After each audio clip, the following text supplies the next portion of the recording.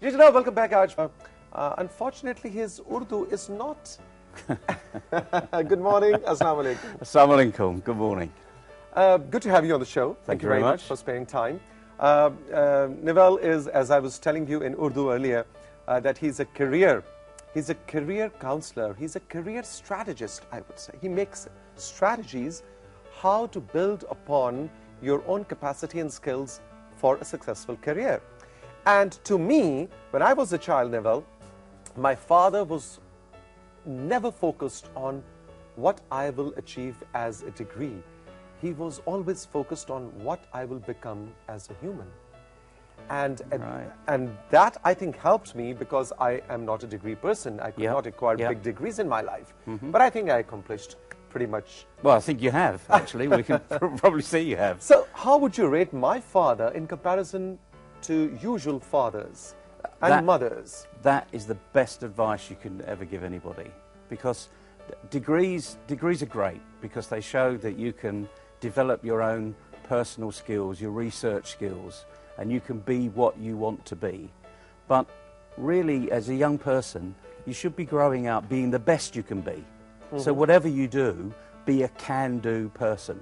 And we spend all of our time in the company I work for helping young people and chief executives be the best they can be. Develop that can-do attitude.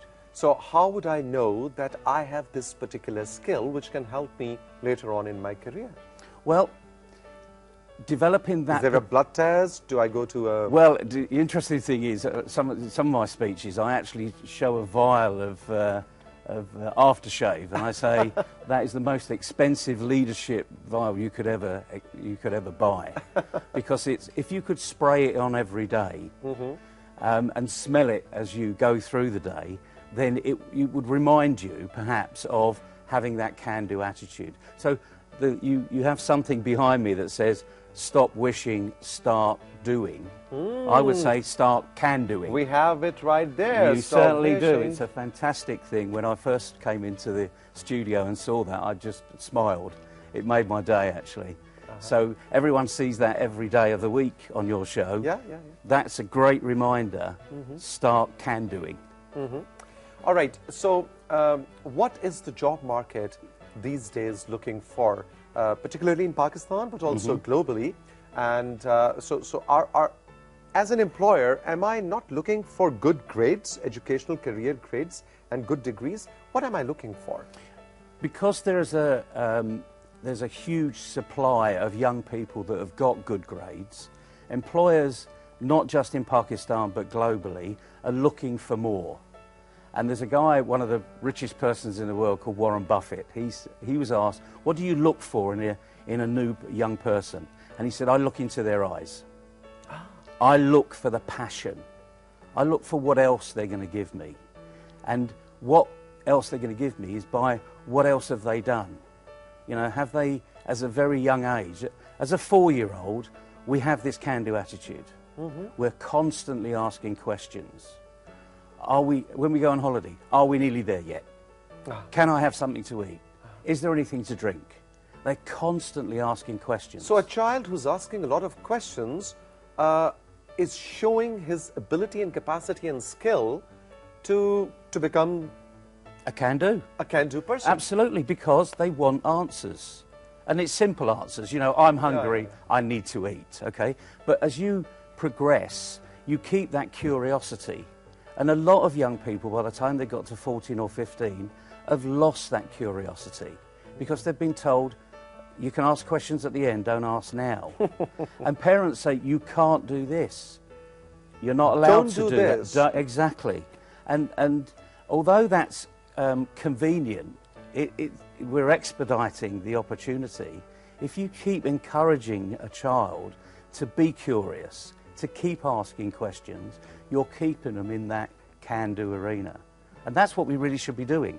Do you think in Pakistan, a lot of students, boys and girls, after good grades and degrees in their hands, do not get a particular job, their dream job, and somebody else sitting next to them, not having as good grades as they do, not having an accomplished degree as they do, they don't get the job and he or she does. Is it happening in Pakistan? It happens in Pakistan, it happens globally. Because it's so Pakistan is no exception? Pakistan is absolutely no exception. You know, businesses around the world are looking for something extra, that extra spark. What makes this young person come alive? Can I trust this person with something that they're going to do? Or are they going to constantly come back to me and say, I can't do this, you know, help me, you know, I'm helpless. Can eyes tell that? Yeah, we can. Can you see in somebody's eyes and say, oh, he's a passionate guy? Well, let me ask you, can you see it in me? Of course I do. Exactly. So, of course you can see it. You can see it in everybody. You can see it in the young person you saw earlier. Yeah. You know, interested about horses. Encourage that interest around the passion that that young person's got. Build that passion. Build on that passion. Is our style of method, rather, method of teaching, is method of teaching doing that? Well, again, Pakistan doesn't have the monopoly on this teaching method. And if you walk into any school, it's regimented. The tables and even chairs... Even in Europe and West? Even in Europe, well, in the majority of Europe. Finland and Norway are slightly different. They're moving more into this free-flowing arena, a little bit like the studio in some respects. So there's no regimentation. And the blackboard, or now the whiteboard that's in front of you, all eyes are focused on the whiteboard. The teacher teaches. My view of teaching is they should coach. So if you coach and inspire a young person... A facilitator. You facilitate. Exactly, exactly. And that's what our job is as a parent, or as a leader, or as a mentor, or as a friend. We're facilitating a conversation. When I call myself a teacher, I assume, or maybe the system assumes, that I am filled with knowledge and my students are empty bottles and I'm here to fill these empty bottles and take them out of the factory line. Maybe, and maybe that's how teachers have been taught to think, but maybe we need to teach people how to think differently. Interesting. Neville is with us. Passion. Did you actually understand what all I said, Neville? Sort of. I summarize what you say in Urdu. You should summarize in English what I say in Urdu. Well, where do we start? I can see that, and let me try and paraphrase, parents are probably worried when young people get the spark. When are they going to get it? You are absolutely right. Oh, well, I'm so good. I think I should switch to Urdu now. You understand? I probably should switch to Urdu too. So yes, that's a very pertinent question. As a parent, when should I expect my child to be clear on what he or she wants to be professionally in his or her career? Well, 10 years, 12, 8, 14, 21, what? The problem is, the thing is, don't be worried. That's number one. Perfect. Okay? Because if you're worried, you're not doing anything about it. You're using part of the brain that's in worrying mode. So stop worrying. Start doing something about it. And the other thing is, the platform for this discussion tends to be, school doesn't help actually, because we go from year 5 to year 6 to year 7 to year 8, and we see other children make decisions early, and we just think our children should make those decisions early as well. The thing is, we all progress at different rates. I don't know about you, but it was 17 when I started doing broadcasting, but when I actually decided that broadcasting and media is my career, I think it was 21 or 22 or something like that. So it was too late. If your well, was it too late? I mean, it was. I came out of my degree course when I was 21, and going into my degree course, I thought I was going to become an actuary. Well, we didn't have Google in those days, okay? Right. So I couldn't go and Google what an actuary was. And when I found out what an actuary was, after 3 years, I realised there is no way I want to be in the dungeon working with numbers, because that's what I was told ultimately an actuary was. So I actually became an accountant, which is probably equally as boring yes, for a lot of people. Of course I agree. Exactly. For a person like myself, yes. But it was 21 before I knew what I was going to do, and now I'm 59, I'm doing something completely different. My parents would never, sadly they're dead and they probably enjoy what I'm doing now, but they would never have thought I would be doing what I'm doing. They thought I would become an accountant and I would just be working in the oil and gas industry for the rest of my life. So the tip is, do not panic if your child is taking time to decide what he or she wants to be. Because if you're panicking, you're not doing something about it. You're still in wishing mode. And you're giving too much pressure on the child itself. Pressure's terrible. We create pressure for children, and it's terrible. Let them experience. You had a young person on earlier that was talking about horses. Yeah. Was he excited? Was he engaged? Did he want to know about everything? Absolutely. Did he have an engaged. opinion on seeds? Exactly. You know, young people will tell you these things. Let them go. So staying engaged in what you like is important. Definitely. I mean, when I was probably 5 or 6, I wanted to be an engineer like my father, like my elder brother, because my elder brother's 9 years older than me. Accountancy is a long way away from being an engineer. And equally, I'm now doing something different.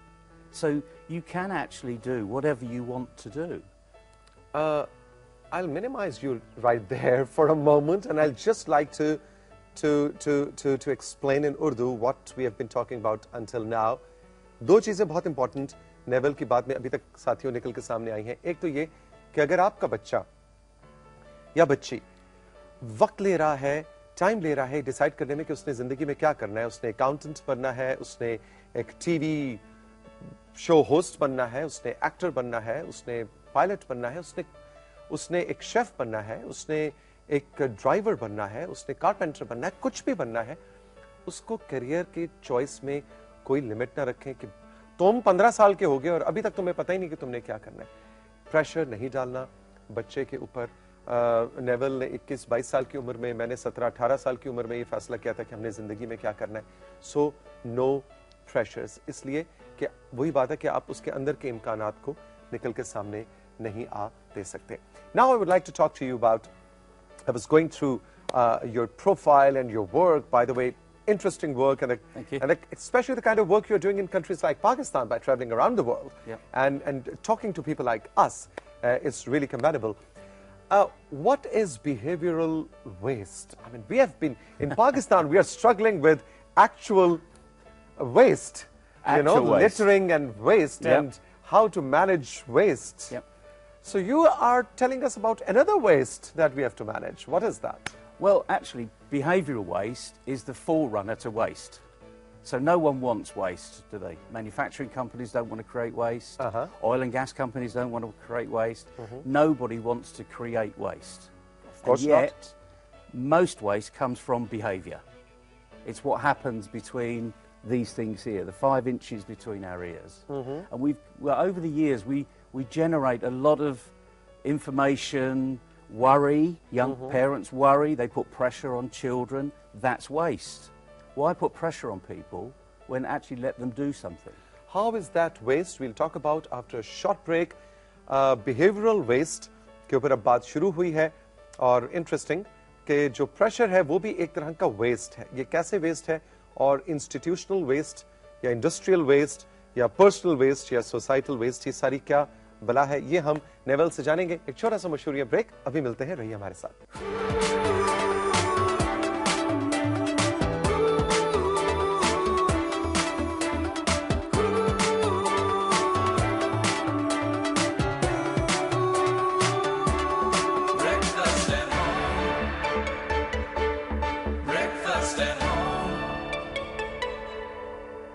Welcome back. Naval हमारे साथ मौजूद हैं और नशिस्त का आखिरी हिस्सा है, और अब हम बात कर रहे हैं बिहेवियरल वेस्ट की, जिसको उर्दू में तर्जुमा किया जाए तो कुछ बनता है रवैयों का ज़ियां. हाँ, does it make sense? I don't know. Behavioral waste. Continue. Well, interesting enough, I met Mr. Wajhat Khan. Is that his name? He's a journalist in Pakistan. Wajhat Khan. Yeah. And he said, behavioural waste management, that's a really interesting subject. And we had a good 5-minute discussion over it. And we talked around the subject, but what is behavioural waste? Okay, so it's all of those negative behaviours and attitudes that stop us achieving what we want to do. Lovely. Pakistan has got the absolute classic, right? P for Pakistan, P for positive. Uh-huh. It's great, isn't it? Of course. You know, P for powerful. You know, so you could even institute into the country the letter P for Pakistan.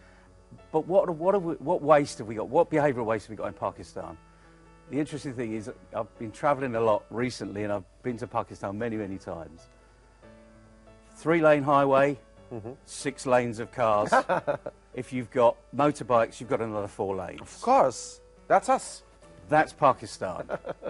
It's probably India as well, okay? Of course. It's and many other countries as well. Many other countries. But that's behavioural waste, because it's actually squeezing out real problems. You've got the Prime Minister currently, who has not added to behavioural waste. So he's stopped travelling to work in his caravan. Now, why has he done that? Because it's actually going to stop Pakistan industry from people getting to work. If they're delayed by 15 minutes, imagine all of those cars on the Islamabad highway are stopped because the Prime Minister entourage is going. Prime Minister entourage is coming through. There are thousands of cars on that motorway. I was looking at one of your examples of throwing the banana or a wrapper out of the car. Yep. How does that? Can you explain Well, do you that see it happen? Of course, often. Yes. I've seen it happen so many times. Yeah. You know, if you want the beautification of Islamabad, it actually starts here with the individual. Stop throwing banana skins. But how does it? How is this behavioural waste? Well, it starts with behaviour. Because you are creating waste by your behaviour. The banana skin is yours. Right. So just keep a carrier bag, keep a paper bag in the car and put the waste in the bag. Then take the bag when you go home or go to the office and put it in the bin in the office or at home. There's your beautification project started immediately. But it starts between your ears. This is the behaviour. 5 inches. 5 inches between your ears. It always starts there. Neville, it has been a great pleasure listening to you, but towards the end I would like to ask you, how's been your experience working with, not really working, but travelling to Pakistan and spending time here? I started travelling to Pakistan in 1993. I was here several times a year for about 9 or 10 years, working in the oil and gas industry. We were based in Karachi. I was always first on the list to come to Pakistan. I love the country. I love travelling, but I love the country. People are really open to discussion. They do want to do more. You know, they have a passion for doing more. You like our music, food? Oh, I love the music. I love the food. You know, when I stay with friends here, they say, "Where do you want to eat?" And I say, "Just don't take me to McDonald's. You know, take me to a Pakistan restaurant. I love the Pakistani food." Do you have the spice levels? Yes, I have a huge spice level. Great. Neville, thank you very much. It's been my have pleasure. a good day. Thank you very much. It was a pleasure talking to you. Interesting work. And it's interesting concepts, especially for the fact that I've always been thinking about maybe I was the odd one out, that I did not know what to do in my life until the age of 21. But today you told me you're the norm. I'm the norm. You're the norm. Exactly. बहुत बहुत शुक्रिया आप सबका, आपने और naval ने मेरा साथ दिया आज के सेशन में, और मैंने और नेवल ने आपका साथ दिया, और आपने मेरा और नेवल का साथ दिया इन इंटरेस्टिंग नए कॉन्सेप्ट्स को जानने के लिए। और शायद इतने नए कॉन्सेप्ट्स भी नहीं हैं। आप देखिए कि बहुत सालों पहले से भी ऐसे असातिज़ा भी मौजूद हैं, ऐसे वालिदैन भी मौजूद हैं, और ऐसे बच्चे भी मौजूद हैं।